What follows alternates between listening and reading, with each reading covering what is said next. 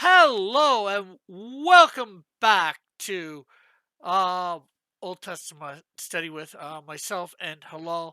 Um, we're just getting back into the swing of things, so there's not going to be a lot of scripture reading or at all this week. We're discussing, talking about a lot of different things. Sort of an overview of what we've did, but not at the same time.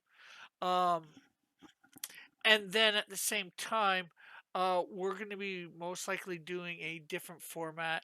Halal, because he didn't feel like he got some points across, will be um, doing a 5 to 10 minute video, be sending it to me, and then I will watch it and comment on it. Of course, if there'll be, well, not comment on it, but get together and we'll talk about what he was talking about. Of course, he will read from the Torah, Genesis. We're starting back from what I get, Genesis 1 1. I'm not sure how long each one will go to. And we're going to see how that goes. I personally like the old format, but um, you gotta work with people, right? So, um, or at least at the moment, I figure I like the old format. Um, I haven't tried the newfound format. Just hearing what it is, I like the fact that he's doing those videos. But so this is the beginnings of redoing stuff. Hopefully, we will be learning a lot along the way, and the format might change over time. As we do things, figuring out what works, what doesn't. So, um, enjoy what you're about to see, and remember to like, share, subscribe if you're not subscribed. And thanks very much. On with me and hello. I could just hit record, which I did. Nice. Okay, Uh, well, we're gonna start. I'm gonna just go ahead and start up. yeah, so Since we're good. it's been a while since we met to do this, the That's right. Genesis thing. So yeah, maybe do a little bit of a review of what we maybe learned. Well, so what I want to do is go through and start in Genesis, and this time I think I'm going to start off. I may not stick with this the whole time as we're going through the learning, but I'm going to start off with a particular Jewish commentary by a person by the name of the Ramban. The Ramban was a medieval Jewish scholar. He was a very famous rabbi. He was in charge of a uh, group in Spain, and he was he's most famous for he had a debate against a Jew who converted to Christianity named Pablo Cristiani, and he according to one side he won the debate, and according to the other side he didn't win the debate. And you know how that goes. Yeah, And I mean, they're pretty good. You know, the King of Aragon, King James of Aragon, did reward him. So there's evidence that he really did, and there might have been some, some what do you call it, politicking going around. yeah, Anyway, as a result of publishing a transcript of the event, he is exiled from Spain, and he is sent. He decides to move to Israel, and he lives out the rest of his life. He's also known for being a doctor. That's how he uh, paid for himself. There was a very strong feeling amongst the Jewish community for many years, and many Jews still feel this way, that you don't make a living from your knowledge of Torah. You have a living, whether that's making wine, or his case being a doctor, or in the case of today being a programmer, or whatever it may be. yeah, You make money doing those things, and the Torah teaching is just something you do because we're supposed to be learning Torah all the time. We have biblical commandments to learn Torah yeah. That every sounds. morning. I was just Go gonna say ahead. that sounds a little bit like Paul because he was a tent maker. And he said, in some of the scriptures, yeah, I didn't ask for your, help for money for coming and teaching you. I've got my profession of tent making to do that. I'm So, I paraphrasing mean, it a bit. it's very common. It's a very common thing that Jews had their trades. In fact, one of the things you're supposed to do with your child is you're supposed to give them a trade. If you have not taught your child a trade, then it's like you didn't teach them Torah. Like it's a very significantly, very important thing to do. Just like we're supposed to teach our kids how to swim. Yeah, It's a Torah command because it can be dangerous. A kid doesn't know how to swim.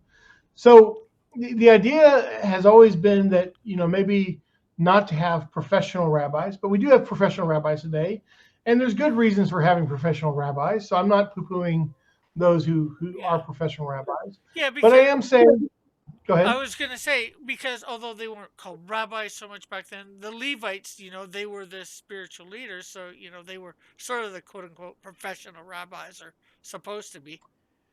Well, the Levites, along with the judges in those days, members of the Sanhedrin. But then, also when we enter into the rabbinic era, we have the rabbis.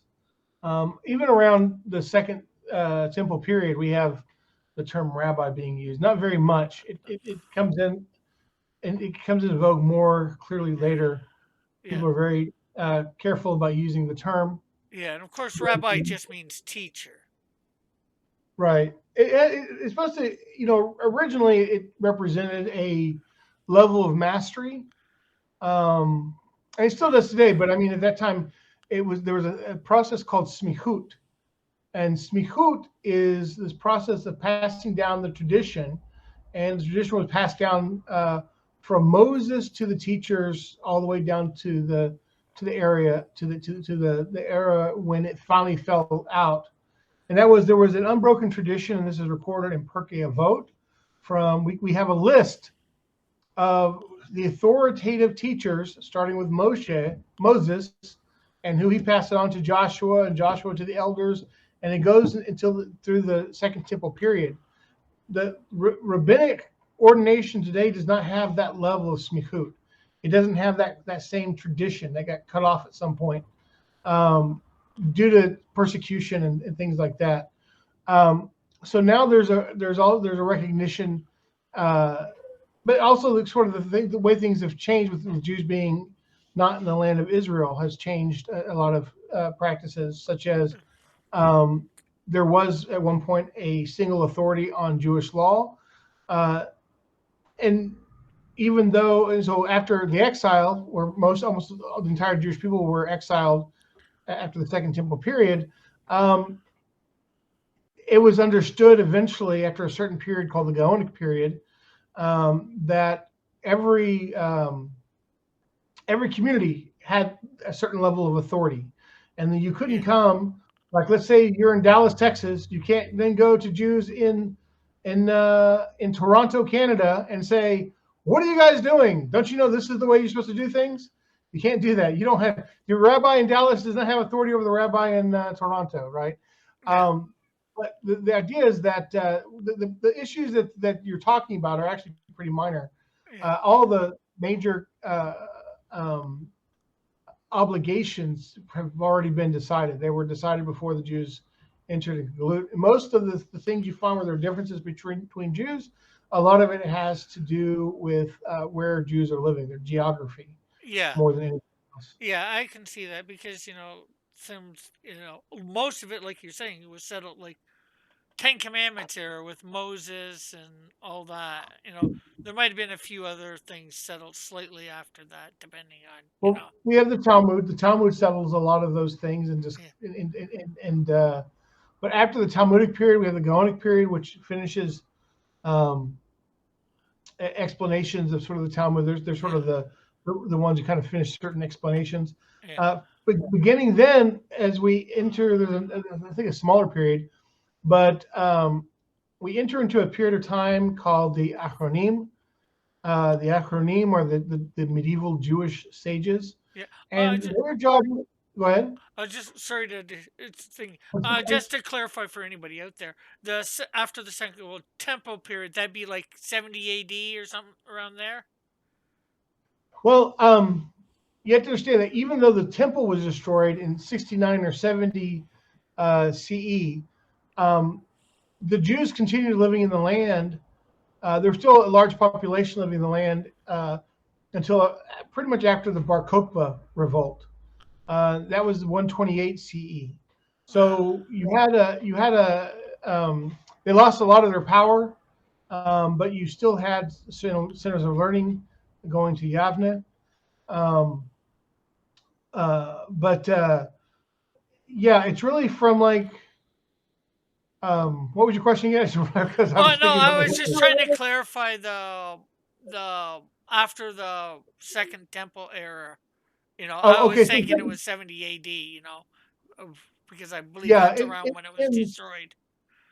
And you're saying it yeah. was more around 120 something AD or So CE. yeah, the Second Temple. So you have these eras, and you have the Amoraim, Tanaim, which are like the Mishnaic era, and then the Talmudic era, the era of the Gemara, where the Talmud is put together, and then that's followed by the Savrim, I think it's called, and then the Gaonic era, and then so when you've hit the Gaonic era, the Talmud has been completed. The universal nature of the Talmud has been completed, and now the Jewish communities all over the world are kind of doing their own thing, although we stay in contact with each other through time. The Talmud spread throughout the entire Jewish world, and sort of when the Talmud, the Babylonian Talmud in specific, we have two Talmuds. We have the Jerusalem Talmud, we have the Babylonian Talmud. The Jerusalem Talmud was completed in the early to mid fourth century CE. Um, the, um, the Babylonian Talmud, I believe, was the sixth century CE. And when that comes to a close, we enter into the period which is like the what we call probably on the calendar the early medieval ages, Yeah. like 500, 600, around there. And Right. that goes on until about the year 1000. And then we enter into the era called the Achronim, and those are called like the later sages. And then that's followed by what we're in today, which is the Rishonim, which are uh, I'm sorry, I got that backwards. The Rishonim are the earlier ones, and the Achronim are the later ones. Um, so we have I'm doing all of this off the top of my head. So if I make a mistake, please forgive me. Yeah, So for sure. uh, usually I like to okay, you know, Yeah. you're getting more white hairs. You need to make sure that you remember this stuff. But Just leave it to me to ask a question to go away. Not right, meaning for it to be such a big explanation, you but know? but actually, I'll tell you, Rick, it's actually very important because the Jews interact with the world in a certain way differently. We interact with the Yeah. Torah in a different way. Yeah. And with the end of the Talmudic period, that's the end of like the kind of like the interpretive law era, if you will, where we understand Yeah. like we finish sort of a certain level of orthodox understanding of the scriptures and the Mishnah and all that. The written oral tradition, I guess you could say, all those elements are complete up to that point. And so the reason this is important is because there are certain eras and certain things, depending on their eras, are locked in and have more authority. Yeah. So, for example, if I want to make an argument, let's say that I'm with some friends and we're having an argument over Jewish law, and I can make an argument, and my source is in a Mishnah, then and my friend has a source like in a Baraita, then I have more or less I have a stronger source, have a stronger backing, depending on if the source, this is how it gets a little complicated, if the source Yeah. is something that had been accepted historically as being the majority opinion, or if it had been counted as like a minority opinion, and then just depends on how open that area of law is. So it can so earlier texts and oral traditions have greater authority, generally speaking, than later ones. There are exceptions to the rule sometimes, every now and then, or there are some gray areas, and then that requires more interpretation, where there's more openness. So with the Yeah. Rishonim, we're sorry. I said I was just sort of agreeing or saying. Oh, okay.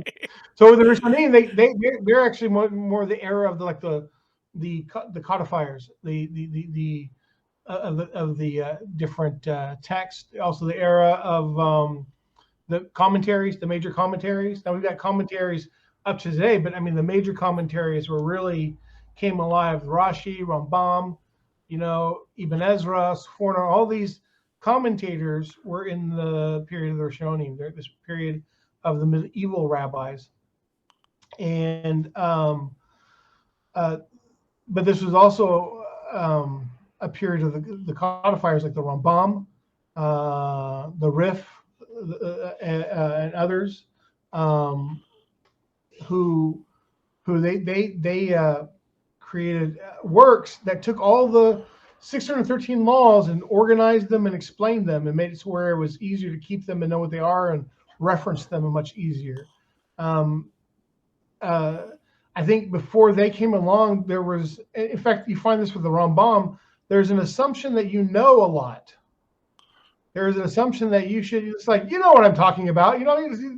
This law that we're always talking, right? And so one of the criticisms the Rambam has is that he didn't give sources to anything he wrote in his guide for the perplexed. Yeah, And it could be maybe back in his day, a lot more people had it memorized well, compared to for sure, today. that was the issue. And if you didn't have it memorized and you weren't familiar with all the sources, then that meant you weren't really a scholar who was worthy of engaging in that level, and that you should really just go ask your rabbi what to do. So, but but these people, but there was also a desire to spread this out amongst more common people, so that they could study it and have a better idea of what we're supposed to do. And so the Rambam's Mishnah Torah was monumental in doing that. Although the Ashkenazi world doesn't always go by the Rambam. The Sephardic world doesn't always. And I'm saying Ashkenazi, Sephardi. These are geographical areas where Jews developed. Ashkenazi are like in Europe, like Poland and Germany and those areas, and Sephardi is more like those next to the Mediterranean, like from Spain, mainly from Spain. And so they have these different traditions. The Jewish world was in contact with one another, always has been throughout this period, and there's always been Jews in Jerusalem, even Yeah, during the diaspora of the Jews for the last 2,000 years. yeah, Um, yeah. we But it have, unfortunately wasn't made their homeland or however for that. right, yeah, the Jewish people didn't have any control over the land, and it was at various times conquered by different people. Yeah, Um, there's and always been a remnant in Jerusalem. Sure, absolutely, there's always been a remnant there, always been a presence. That's part of a historic claim that Jews have today of Israel. Um, it's very curious how that works out though. Sometimes people don't really they're not as accepting of some of those claims as they are with other people who have similar claims. So so anyway, so I want to look at the Ramban, who's very famous. He's good. We're not going to look at his Kabbalistic commentary. That's more of the mystical elements. Mm, And it was always looked at that there was a certain level of learning you really needed to engage in Kabbalistic or mystical learning. It's much more esoteric.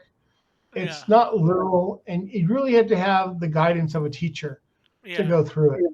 And so for ordinary people like you and me, it's not really an area for us to really delve into too much. I know there are lots of books on Kabbalah out there. yeah, I know Madonna was a expert at one point. yeah. The one thing But I know about from Jewish mysticism, I found out about the golem, yes, where you got to put Golem. Well, the name of God, I think it is, in his mouth to activate him. right, you can do that. You also put it on his forehead, uh, or you put a met. on its forehead the word emet, which means truth. And then you're supposed to do this to, in general, test your abilities. That demonstrates a level of mastery of Kabbalah if you're able to create a golem. And then once you've correctly created a golem, then you erase the aleph at the beginning of the name of the word emet, truth. And when you erase that aleph, it spells the word met, which means death. And so then the golem turns back into clay. And Oh, so that's the thing. Yes, there are stories in the Talmud of a couple of rabbis who actually, during their learning, they would create a golem that was like a cow, and it would come to life, and they would shecht it, they would kill it, and they would eat it.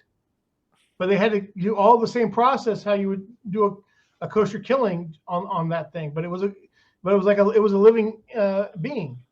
So you weren't eating mud; you were eating like it was like eating beef, you know. yeah. Somehow So they turn the mud into flesh, well, which, that's exactly what happened though in the creation process. Like yeah, that's I was sort you of know thinking that. the cattle came from the ground, human beings came from the ground, Yeah. and so there is definitely that element that you're not wrong in if you're going to create something, creating it from the ground, from the earth. At, at But least for that's something like that, anyways, because, birds were made out of the air and fish out of the water. right, and there's a certain idea that the birds were made of air and water, or water and mud, and it just depends on how you understand it. But yeah, there's those elements, and the funny thing is that some of this is understood, like some of the beginning of Genesis by some is understood as being absolutely literal, and others understood being like more metaphorical. It really depends, and there are arguments for both ways, and that's one of the things we're going to look at. Um, is that some people will also look at both. They'll look at the more metaphorical interpretation, and they'll look at the more simple, straightforward interpretation of it. So Yeah. um, the Ramban goes into that. He covers the um, introduction by Rashi. Rashi says, "Why do we begin with Genesis? We should begin instead with Exodus 12:2, right? Where this is the law of the new moons, because that's the first law given to the Jewish people that they're supposed to keep. But we have until then we have all of Genesis and the first 12.1 chapters of Exodus really don't have anything to do with the law. And this is one point where a lot of people understand that, well, the Torah is the law. Law, law, law, law. That's how it's always. That's how a lot of times in English is how it's discussed. But actually, a more accurate way of calling the Torah is teaching. And you'll notice that for in the Psalms and other places where it makes a distinction between Torah, which is God's teaching, God's mishpat, like his laws, or even his judgments, depending how you translate it, his chok, Well, his statutes. So we have actually a lot of terms in Hebrew referring to different types of laws. So, for example, a chok is actually a kind of law where there is no rational explanation available for it. You might be able to come up with one, but there isn't one. And it was said that King Solomon could come up with was able to come up with all the rational explanations, or all the explanations of the origins, or why we keep certain laws, all the chok, except for the chok, the statute of the red heifer. That was the one he couldn't solve. He couldn't solve that one, but he solved the rest. Um, so so anyway, so the Ramban is a really interesting commentary, and we're not going to cover the Kabbalistic stuff because, quite frankly, that would be like the yeah. blind leading the blind. I'm Yeah. not going to engage in that.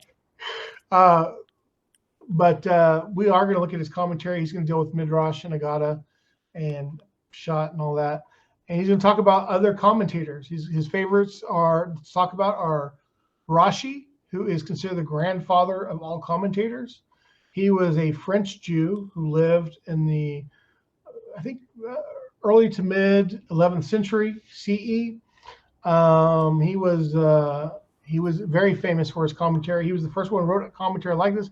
on the entirety of both the Tanakh and also on almost the entire Talmud. Unfortunately, he passed away before he could write a commentary on the entire Talmud, but he did write on most of it.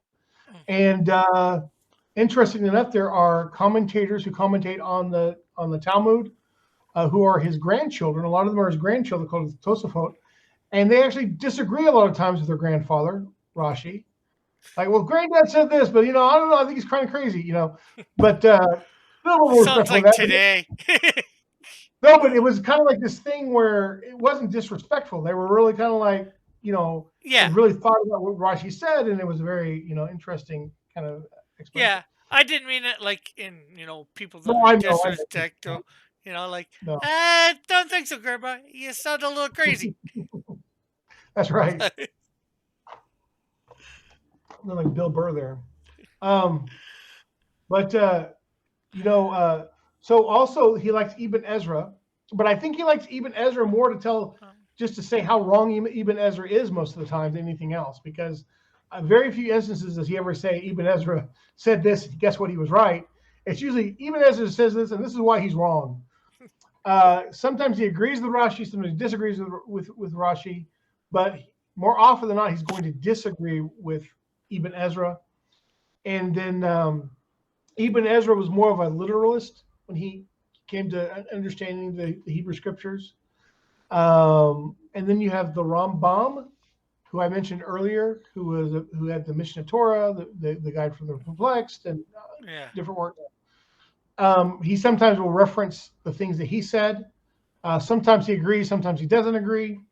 But it's very interesting. It's like a super commentary on one hand, because a super commentary is where you're commentating on another person's commentary. yeah, But also, he's got his own original thoughts. Usually, when he's commenting, it's to introduce the question, and he'll recognize like a good issue. For example, he begins the whole his commentary on the Torah, beginning with Rashi's commentary, which is what I mentioned earlier, which is why do we start the Torah in Genesis, right? And yeah, he goes in, he explains what Rashi's issue was, and then he says, "This is my criticism, and this is why I'm going to give a different answer." um, but that first one he's going to start off with Rashi's midrashic interpretation.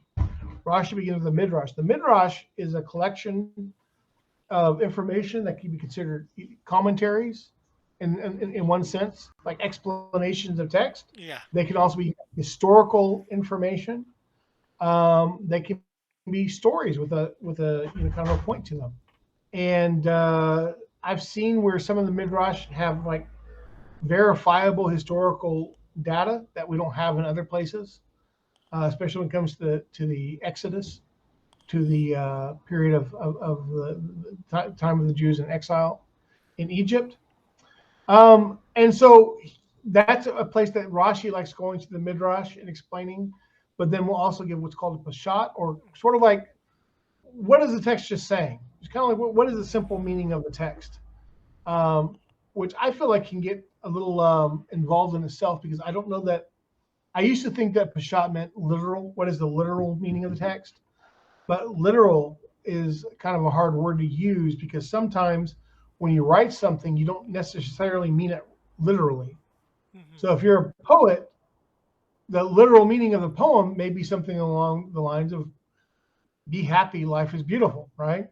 But they may use a lot of words and language that makes kind of flighty and sound like, and the antelope skipped across the mountains, and you're like going, yeah, oh, okay. If you took that literally, you'd be like, well, what does that mean? So we'll kind of navigate through some of that, where I can talk about, identify midrashic versus peshat interpretations.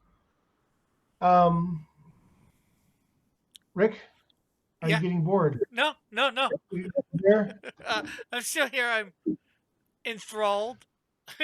I'm A little. I'm giving a lot of information. This is all coming off the top of my head, so Yeah, I wasn't expecting what I was talking about. So this is just information in my head. So yeah, if you have any questions, you can stop and ask them anytime you yeah. want. Oh, yeah. I don't want to Well, bore anybody. Like, I find this stuff very interesting, but I don't want uh, to bore. oh, well. I definitely do. as well. Hopefully, whatever viewers are watching this on, well, my channel, you said you're not gonna necessarily record this to put it up on your channel, but you're because I might do a copy of yours and put it up. I don't know. I yeah, might yeah, just link to it. yeah. And of course, when we start, hopefully next week, redoing Genesis or starting from the beginning, you're going to be making like a 5 or 10 minute video that I can watch beforehand, making some point on whatever the text is that you're reading, and hopefully I will go do my due diligence and get get a few questions as we get together and start to discuss, I guess, whatever you had in that video, and maybe a little bit beyond, depending on the whatever questions I might come up with. Well, Rick, if you don't, then I can only promise you another stream of consciousness like you've gotten so far, where I just start talking and information comes out Yeah. endlessly. So, Well, that's well, always good. Information is good.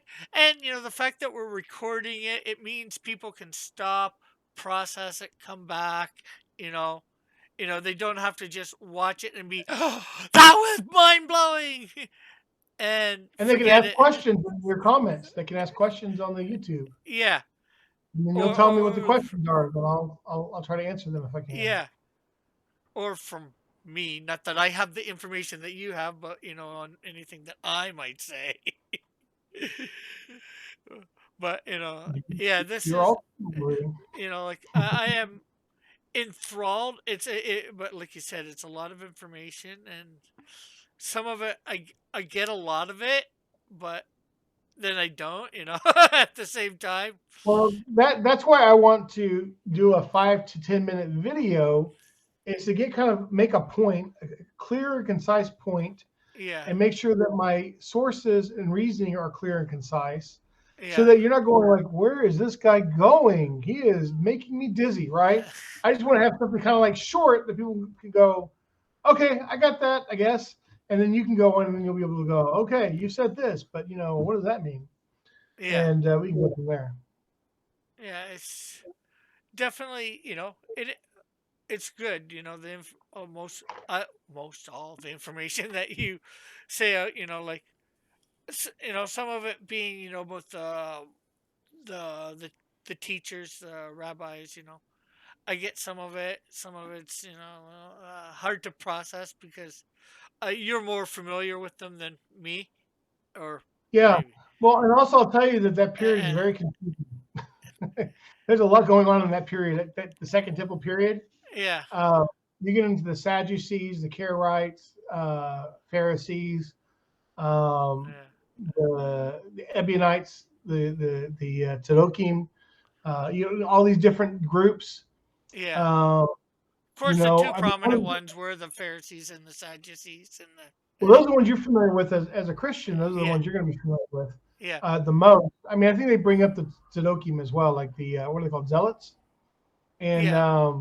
Well, Tzaddokim there is we don't know a lot. Well, we know. I think some Christians know a little bit about the Zealots because a couple of Jesus followers were Sadducees. from the Zealots. There was a Judas that was one of the Zealots, but he gave up that way. Yeah.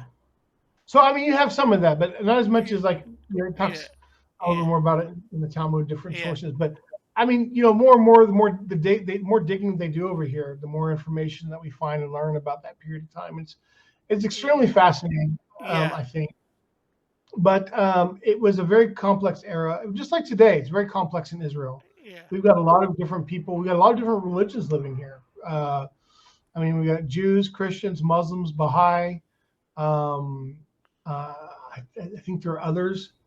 probably But Hindu, but the three a little major bit, yeah. ones claim will almost claim it Yeah. for their own, for different reasons. Well, where I used to live near Haifa, they had the Baha'i Gardens, and it was a really beautiful thing. And it's a place where the Baha'i, kind of a big place for Baha'i.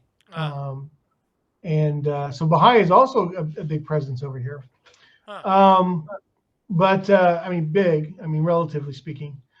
Um, but yeah, so I mean, today it's a very complex world, and within Orthodox Judaism, it's also very complex. You know, when we talk about Orthodox Jews or Torah observant Jews, well, Yeah, there are lots of shades of meaning to that term. Just like we yeah, talk about Christians, that's not necessarily a monolithic statement. Like there are yeah, lots of different types of Christians. They have lots of different types of views, yeah, for and sure. you know their theologies are different, and for us we have differences like Torah observance between us and different things. It's very interesting here. So I'm just saying that to preface that during this time, the Second Temple period, there was Yeah, also a lot of complexity there as well. yeah. Um, With yeah, especially like you said, with all the different Jewish groups back then. right. And one of those topics comes into, well, how credible is the Torah itself? Yeah, Like, because you could say that there are, I've heard scholars say there are, what would you call them? historians. Competitors, competitors for the authentic version of the Torah. Yeah, But I don't think there's really any true competitors. I think the Pharisees and the rabbis who came from the Pharisees have been very consistent, have a very yeah, proven track record in having the most accurate version of the Torah. yeah. So, Yeah. The little bit that I've heard of, you know, for the authenticity of, for me, the Old Testament is very good because Jewish people are supposed to have been the best for keeping historical records in the sense, you know, like you guys cup, you know, if you make one mistake, you just throw it out, you well, know. we have a lot of things. We have a Yeah, calendar. yeah. Yeah, And you tell the good with the bad, you know, where a right. lot of cultures they don't include the bad or not much of it, you know. Or they So retell it. and so it makes it a lot more authentic, you know, just, making sure that you tell, yeah, we screwed up here. We screwed up there, you Right, know. right. You know, like And our enemies have very often used those frank admissions against us. We often found ourselves saying, "Well, this is your problem right here." And we're like, "Wait a second, that happened like 2,000, 3,000 years ago. We're a different generation. Judge us by the sins we've done today, not by the sins we did 3,000 years ago." yeah, Um, but yeah, no, it's look, every time I'm in shul, like on Mondays, Thursdays, and twice on Shabbat, and then depending on the holiday, we have a Torah reading. And when we're done with the Torah reading, or right before we do the Torah reading, depends on if you're Sephardi or Ashkenazi or whatever, um, we have this thing, Zot HaTorah, Asher Sam Moshe Lifnei B'nai Yisrael, Hashem, I don't want to say that because I'm getting trapped up. This is the Torah of Moses, which Hashem commanded and set before the children of Israel by the hand of Moses. So we say this and we point to the Torah, and we're saying this is the Torah that we received at Mount Sinai, and we've been doing that throughout our history as far as we know. And also, if you're in the synagogue and we have the cantor, the one who's reading from the Torah, and if he makes a mistake on how he reads it, yeah, half the guys in the synagogue are getting onto him. No, you say it like this, and it's just a natural part of the Torah reading. yeah, Mizpanecha, no, Mizpanecha, and you'll hear that in the audience a lot. There are rules when it comes to writing a Torah scroll, and these yeah, rules are very exacting for the sofer, the scribe, yeah, and I mean, great care is given. Like yeah, we are ridiculously concerned at making sure we have the authentic version of the Torah. We have not been as careful with the rest of the Hebrew scriptures, but we've done a pretty good job. Like it's not as accurate as the 5 books, but it's pretty close. So there are more. You're going to find more errors in the Nach, from Joshua forward than you will with the Torah. We say extra careful. No, yeah, excuse me, extra care with the Torah because that was literally God spoke that. This is like the one time in history where God spoke to an entire nation and told the nation His will, and yeah, that's what makes Torah so special. and the rest of the Hebrew Bible is also special, and it Yeah. also has something to say to the future generations. But it's not at the same level as the Torah itself. Yeah. Well, like I said, from what I got, it was even with like everything Joshua forward to that. You're they're writing the scribe or whoever's writing it. They get 3/4 way down the page, they make some sort of writing error, and it's like, oh, gotta throw that out. It depends. Like sometimes there are some things you can do where you can kind of erase it. Yeah. Um, it just depends. Like I'm not a sofer, so I wouldn't know exactly what the process is, but I Yeah. do know that some people can take a knife and then kind of scrape it a little bit. Uh. But it really depends. Yeah, I I don't get know it. the ins and outs of how a Torah scroll was made, but no, it's extremely. I mean, I've met Sophirim, people who I've met scribes, and I've watched them work on it. Yeah. Beautiful handwriting. They're Yeah. extremely meticulous. Yeah. They have special tools for it. It's actually absolutely Yeah. amazing. I had a Well, maybe go they're ahead. a little different than they are nowadays than they were, but that's more what I guess heard about the ones like, you know, 1,000 years ago, 100 years ago, or No, it's the same process. It's oh, the it's same the same process. process. Yeah. The only thing I'm talking about, the only time that we really have issues are with the from Joshua forward, and those are extremely minor. Most of those are things like a yud or a vav, right? I don't know if you wouldn't know the difference, but a yud looks kind of like half a vav. So you could make a mistake with those two words, but when you know how to read Hebrew, you know there are certain words that work when you write it that way, and certain words that don't work. So Yeah. if you've got a vav written as a yud, you'll go, okay, that's supposed to be a vav. We know that. Yeah. Um, but Just knowing the grammar and all that of Hebrew, that yeah, I read that doesn't make quite the right sense using that word.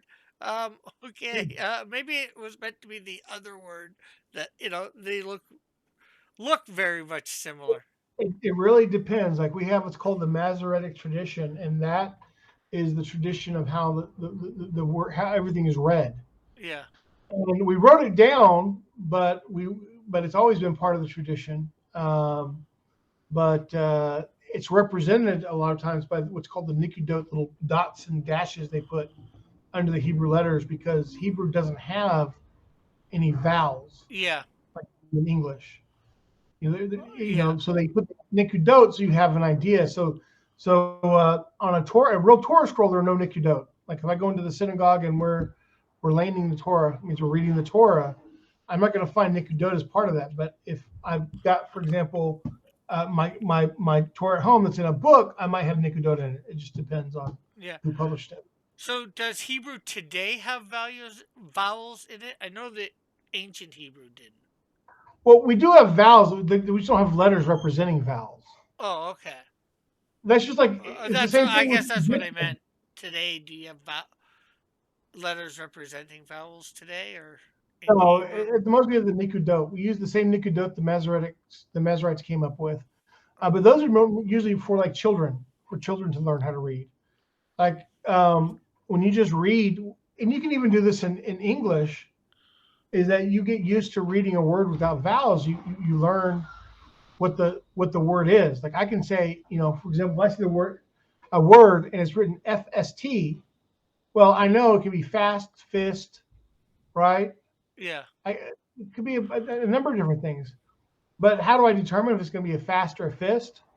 Well, what does the rest of the sentence say, yeah, right? You wouldn't say that girl is fist, right? She's moving really fast, or it doesn't make any sense. So it means she's moving really fast. She's going fast. She's a quick runner or something like that, right? yeah, So definitely.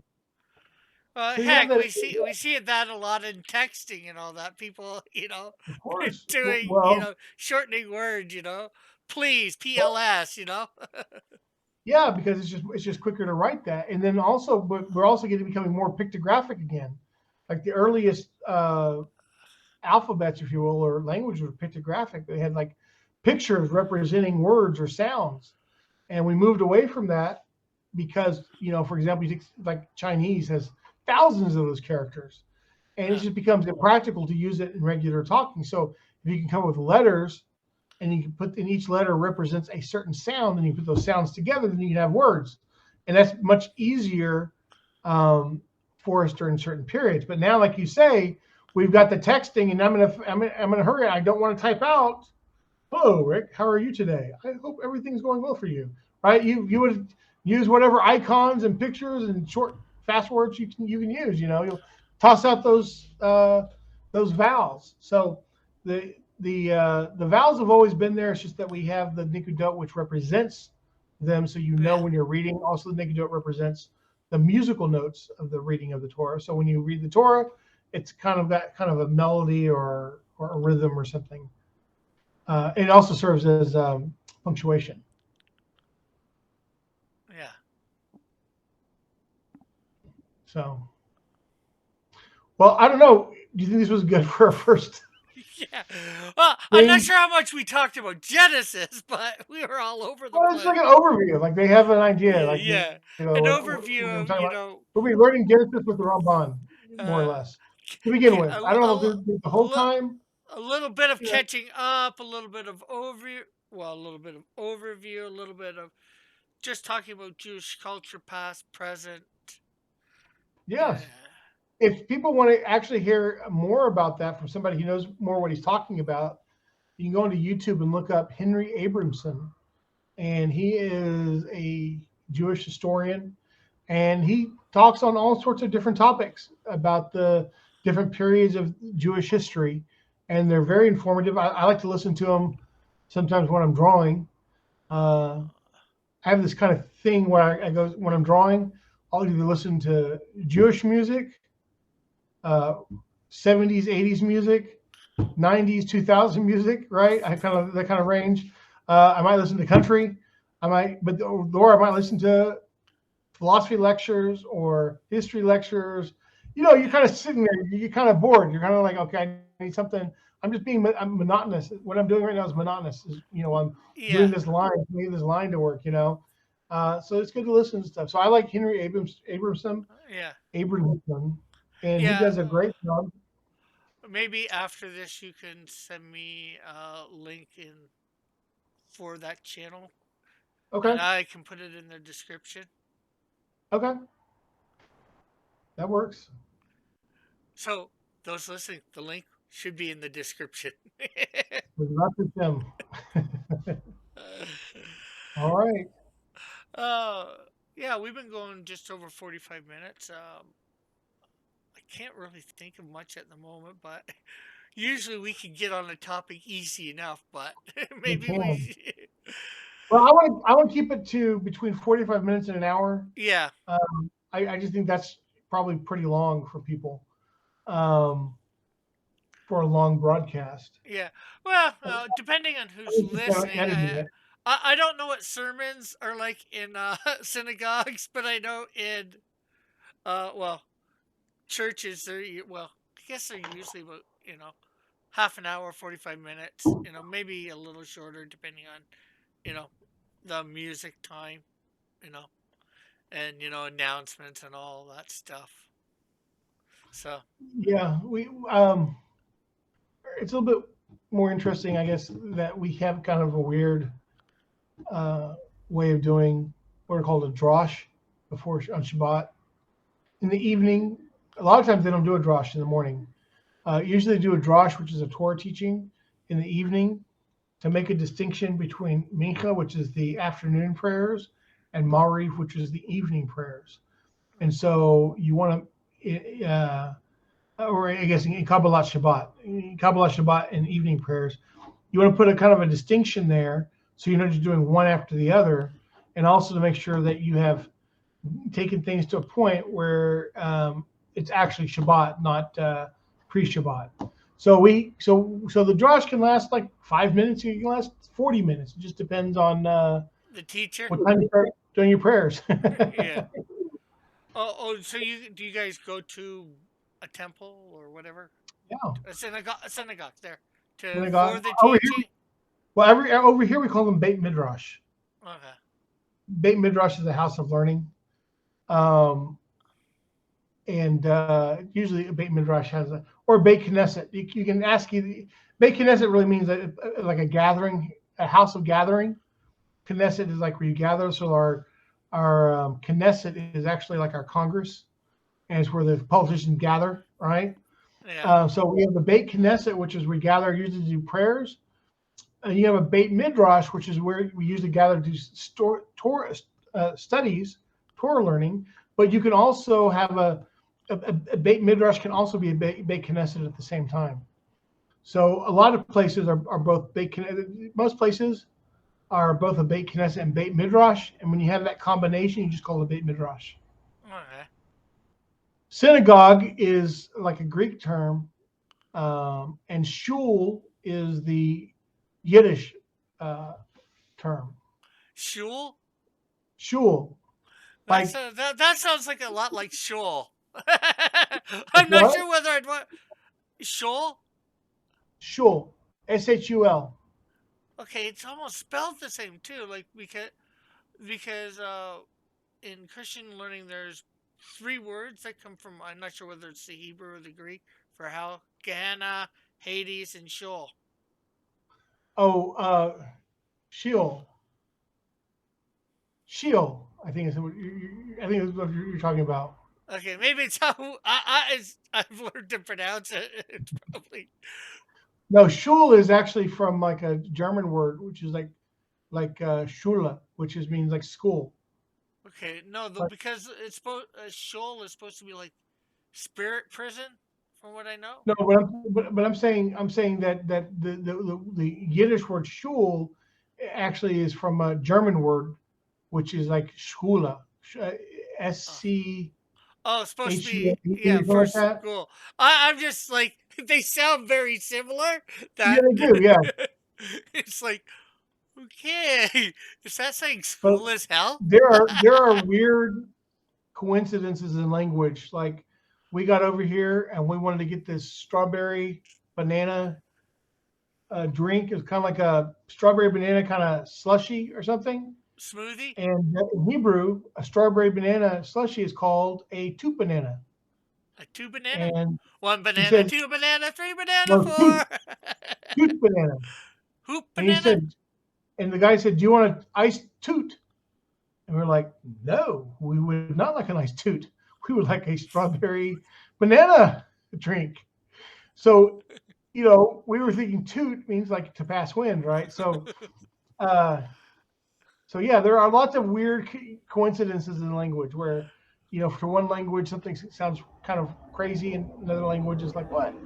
Like there are, for example, there's a name, a female name in Hebrew, and English speakers would not ever name their child this name, but it's in the Bible, and that's Osnat. Osta? And Osnat, Oh, snot. Osnat, which is, I believe, the wife of Joseph. And I've known Osnats. We've met Osnats over here. I knew an Osnat in Dallas. And in the Sephardic community, it's a very beautiful name. And for Ashkenazi, it's like, oh, we are not naming our child that name. So, because we speak English and we're not naming our kids that name.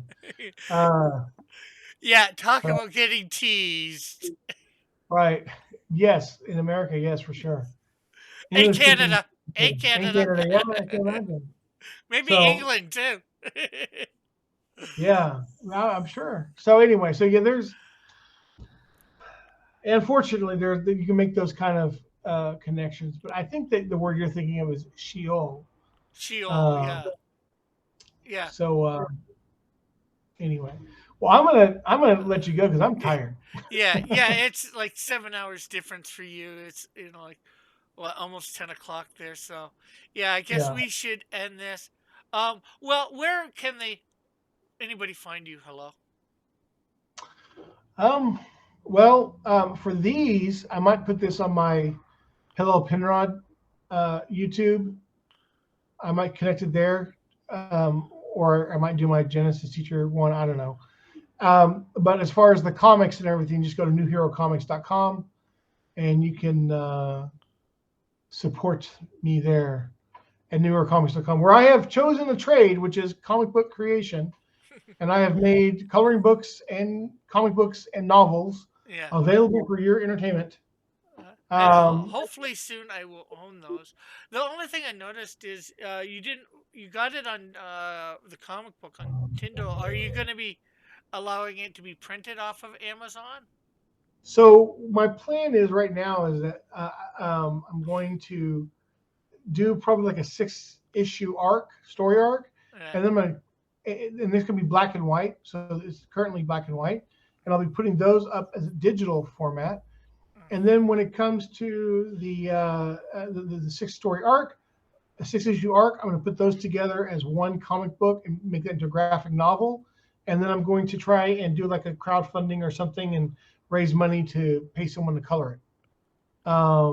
So that's my current plan. It could be that I should do that now, but um, uh, I just feel like I'm still trying to build an audience, and Yeah. so I don't really have the support to do a crowdfunding project right now. Yeah.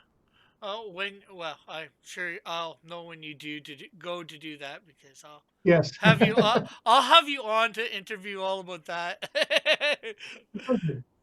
or talk about it, whatever, when you go to do the crowdfunding. But I guess that's Okay. it. So thanks for hello coming. Hopefully we will be doing these recordings every Sunday. I'm not sure when they'll come out during the week, people who are watching this. So I guess that's it. Remember to like, share, subscribe, and check out the links in the description. Thank you very much. Hello, and we'll catch you all later. Bye for now. God bless. Well, I hope you enjoyed that discussion.